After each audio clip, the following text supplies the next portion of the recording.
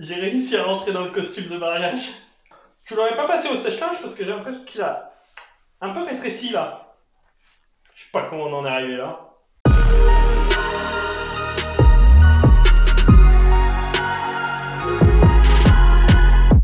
Mariage ou non, dans ta vie de couple, le vrai défi, c'est l'engagement. J'aimerais introduire par deux petites techniques de manipulation, le pied dans la porte et la porte au nez. En 1975, des chercheurs en psychologie sociale vont faire une expérience pour savoir comment faire accepter un engagement plus facilement. Pour la faire courte, ils vont tester deux techniques. Dans les deux cas, avant de demander l'engagement souhaité, ils vont l'introduire par une demande soit plus petite, c'est la technique du pied dans la porte. Oh, ma petite Marguerite!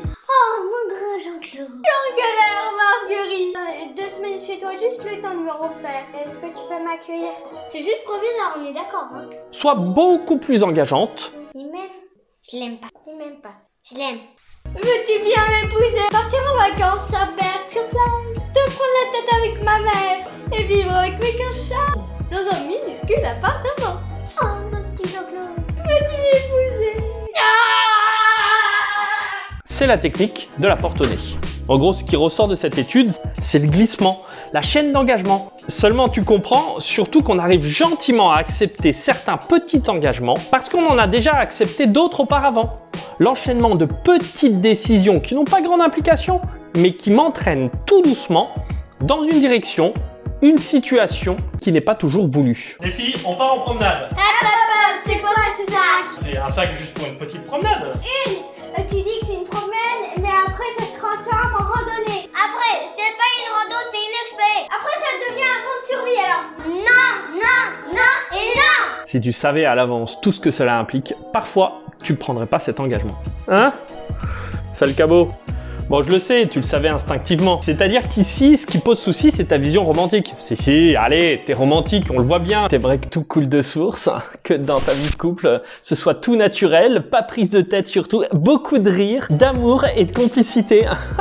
Dans Luc 14, verset 28, Jésus, en parlant de l'engagement, dit « En effet, lequel d'entre vous, s'il veut construire une tour, ne s'assied pas d'abord pour calculer la dépense et voir s'il a de quoi la terminer ?» Imagine que tu commences à construire une maison à deux et que vous fassiez tout à l'instinct.